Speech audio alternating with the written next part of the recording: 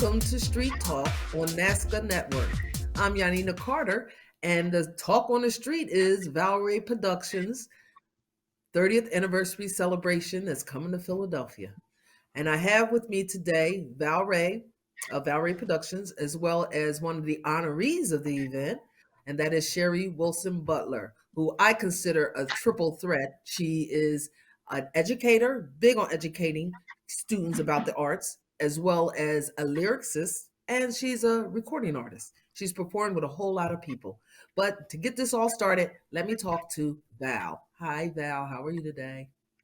Hey, Yanina, how are you, dear? How are you I'm so today? glad and excited about June 3rd.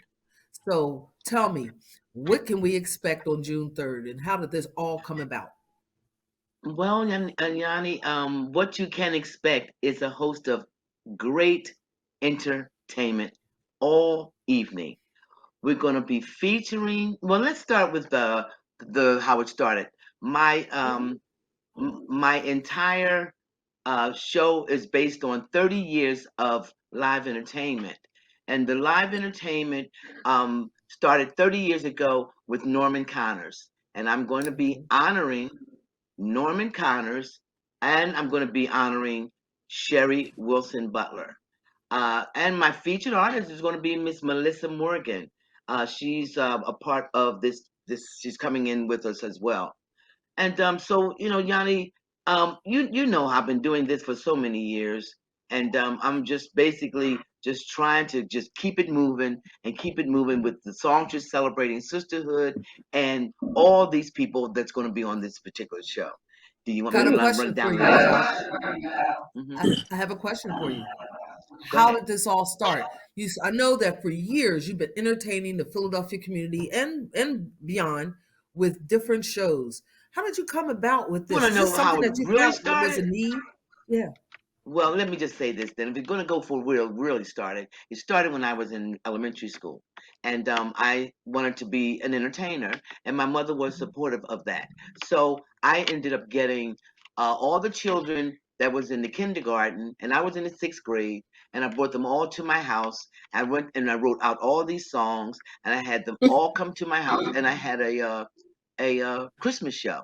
And the aluminum trees, you remember the aluminum trees and the aluminum tree lights? Well, I Yeah. took the lights from the aluminum trees and ended up I ended up having that rotating light from the aluminum trees part of my stage lights, and all the children Okay. came and they ended up doing my show. That's Valerie's first production. So, and then from that, I became a part of the theater. I just basically just been doing it ever since I was like maybe about five. I mean, in the sixth grade. How old are you in the sixth grade? I mean, I've been doing this seems like forever. I don't remember when I never did it. I mean, when I go back 30 years, the 30 years is only because it's the as an adult, but as a child, I was doing this like when I was in the sixth grade. I was in the fourth grade even. You knew this was a passion. You knew this was something you wanted to do. Yes, I knew it was a passion from the fourth grade on. When my mother would just, my mother had a what they call it, speakeasy, and so when my mother would have the friends and folks over, and she would come up there and she would come down and say, "Mom, come on, baby, sing for us," and then she'd bring me downstairs and I'd sing a song and my brother would recite the 101st psalm and he would get quarter and I would sing a song and I'd get a quarter, and then we go back to bed. But anyway, yeah, so it was a great, great time in my life, during the passion part of it. Go ahead. I'm sorry. Okay. And Sherry, you're one of the honorees. So tell me, what age were you when you realized you were interested in the music industry? It was similar. Val and I must have lived in the same spirit somewhere because I was 4 when I wanted to teach. I knew I wanted to teach when I was 4 because Wow. my mother had to go to a parent teachers meeting for my sister. My sister's 10 years older than me, and so I had to come into the classroom and sit with the other children and teach it. I was just so impressed because it was Paul Laurence Dunbar, and act Okay. during. that time, Mr. Foster, Marcus Foster, was the principal there. And there were all kinds of things around the room, African American professors and G. Carter Woodson, all kinds of things. And I had never seen anything like that. And when and the control and the way she was teaching, because I had to sit there while she was teaching the class, and my mother went out and then came back. Long story short, I said, I'm going to be a teacher. I like that. And I kept on trying to deal with that. But when it came to the music, I was 9 when I realized I really wanted to do the music, because we had a babysitter named Miss Betty. And Miss Betty would look at bandstand while she was babysitting us and dance with the refrigerator. And I would Okay. see the other artists on TV, and I really thought, wow, look at them singing like that. And so I talked to Miss Betty. I said, Miss Betty, I want to be a singer too. And she said, but she just kept on dancing. But then during that time period, like a year or so later, I was 9 during that time. I have a cousin named Dolores, and I never told this part of it, but I have a cousin named Dolores, and she is a great singer. But she would come to the Okay. house and she would get my sister to sing with her.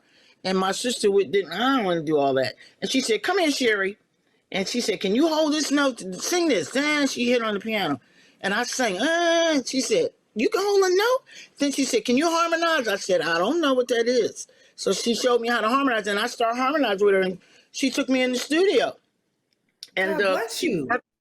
she was working with some other people, and she took me in the studio, and they cut this song called "That Cherry Cake." I'll never forget it. That cherry cake, that grandma used to move, vanilla ice cream and apple pie. My oh my, we got gold by the stream. Let the apples ring. Everybody in favor. Why don't you say I? That was the song. And so We got a little show here, Val. We just got a little show. so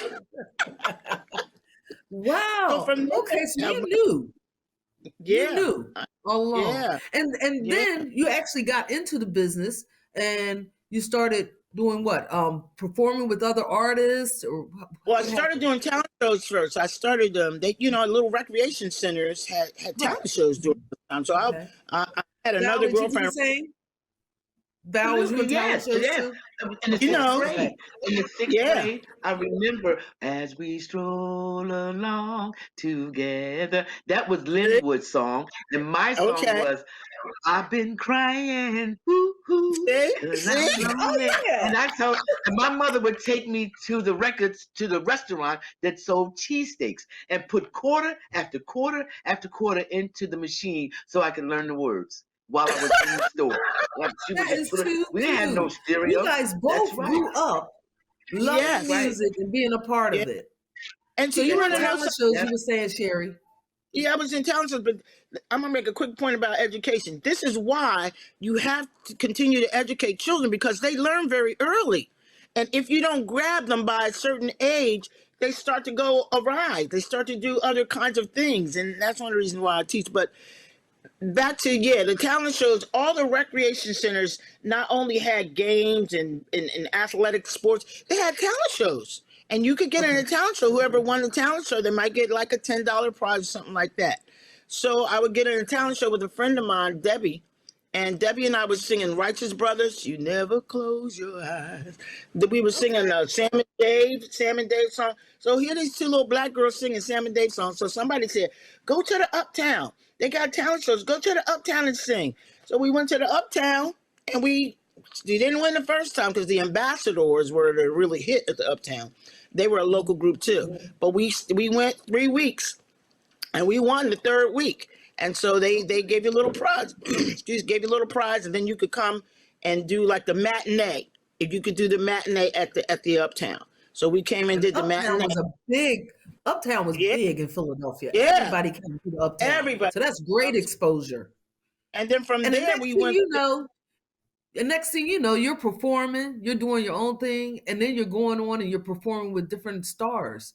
And who are Yeah, some of the stars that you performed with? the first one, believe it or not, I always said the first one was Billy Paul, but the first one was Patti LaBelle, Okay. because I was 15 when I snuck down to the Wonder Garden. The one that garden down in Atlantic City. It was a gentleman by the Yeah. name of Pinckney Roberts Hmm. had a go-go. He had a go-go show. So he was called Pinckney Roberts and the Go-Go Rebellion. And so we would Okay. open up the show, and Patti LaBelle, we opened up the show. They had dancers, and Debbie and I would come out. You never met a girl that met, we would do a little sing, a little song, and they would I dance. love And then it. we would go back, and then Patti LaBelle was the star. Patti LaBelle and the Bluebells at the time, they That's were the right. star. So then they would come out and they would do the full show. Well, there was a point at the end of a week at that particular venue, they would reverse roles. So they called it burying the show. So all the people who were the dancers and the singers for a Pinckney show, we would sing Patti LaBelle's songs if they knew, and we knew Patti LaBelle's songs, and they would get in the go-go booth. So they call it reversing. They called it burying the show. And then she let me sing. She let me and Debbie sing with her for Down the Wow. Aisle. She did a song called Down the Aisle. And she would do this really high part on Down the Aisle. She let me and Debbie do that. Absolutely. I remember that so well. Yeah, I yeah. remember that So song. Yeah. that was my first connection to a an artist. And then after that, I kept singing. I would sneak to sing, and my mother and father, every week I was on a punishment. I didn't care. Then by the time I was like 19 or 20, I got the gig with Billy Paul, and someone called me and said, "Billy Paul is doing this, doing that." I said, "Oh, okay. Well, I kind of knew who he was because I knew Mrs. Jones." And so they were like, "Go down for the audition." So I went down for the audition, and he had two other girls there, and as the rest they say is history. So I only stayed with him 2 years. Then I went back to college. And then Okay. while I was in college, somebody called me and said, Teddy Pendergrass, but I met Teddy before they called me about that audition. I met Teddy when I was going to get a gig. I was always trying to get a gig. So I was walking on 52nd Street Okay. on Mr. Silks because Mr. Silks would have open mic. So I was walking down there and he saw me and he was like, "You a singer?" And I was like, "Yeah, I'm singing," but it was like getting dust. And I was like, "Who's this crazy man talking to?" So he was like, "Well, my name is Teddy Pendergrass, and I just left Harold Melvin in the Blue Notes, and I'm going to be really big." And I was like, "Yeah, okay." I was looking at him kind of crazy because I really did not know who he was. And he said, "Well, just take my card." So I took his card, threw it in my bag, and went on about my business. And then when I came back to the house, I saw my sister was there, and I said, "This crazy man walked up to me talking about, I don't know, talking about he gonna be a star." She said, "Well, what's his name?" I said, "I don't know." So I looked in my bag. I said, "Yeah, Teddy, Pendergrass." She said, "Oh my God, what did you?" She went all freaking out and You everything. hit And jackpot with that one. But yeah, one of and the so things I that I didn't want, get it. Yeah, I didn't get you it said then. you But didn't long get it. story short, I didn't go to him then. Sam Reed Mhm. called me for about 2 weeks, and I finally went down the last day of the auditions, and I got the gig that time. God bless you.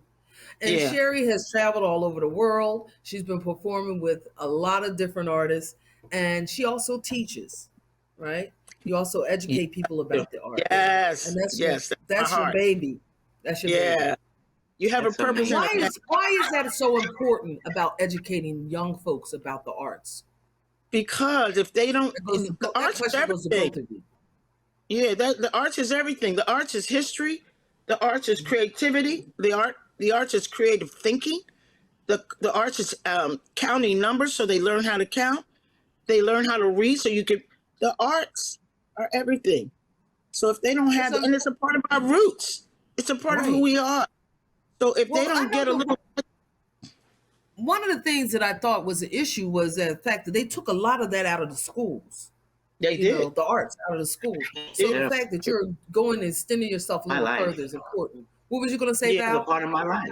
I was just saying that's so true because I remember so well about All City, the All City Choir. If you were one of yep, those people to be chosen to be in the choir at All that's City, right. that was just something really, real good background. I mean, it was just so much going on, singing in the choir and going down to City Hall and doing. I mean, it was a wonderful, wonderful time for me. And when Sherry, with Sherry being the person that she is, and then as an educator, that's part of the reason that I wanted to honor her because she's just a giving person and in her field and entertainment and as an educator as well. She is the most one of the most dynamic vocalists that I know.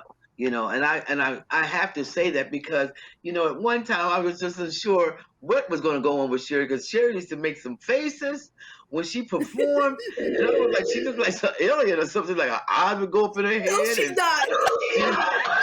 Now. she was just good.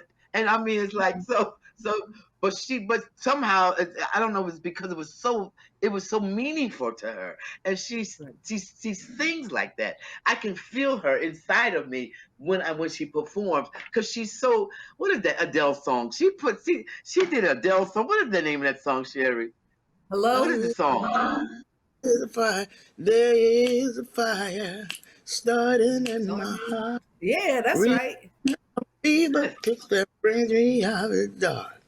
All right, Finally, now. We got a little show going on here. She said, I went to see her. I went to see her sing that song up at a relish, and I just said, no, she's no. This black woman ain't putting her own twist on this damn woman's song. I mean, and it was so good that I just get. I mean, I get chills just thinking about it. So, and going into that to say this, I have to share that with you because all of the people that are on my show. I think of it myself as being like a little Norman Connors, because I have such good insight in great entertainers. And to name a few, it's Michelle Beckham is going to be a part of my show. She's going to be representing a Nancy Wilson and uh, what's her name? Nancy Wilson. I'll get back to that one. George V. Johnson. He's going to be dealing with paying homage to Hank Mobley and McCoy Tyner. He's a lyricist, and he puts words to those musician songs. Also, Okay. Sim Streeter was someone that Norman Connors referred to me, and he's going to be doing the Norman Connors song like Valentine's Love and Starship. My cousin Touré, he's going to be on the show. Brenda Smith. That's the Brenda comedian, Teray the comedian. He's Smith. well known.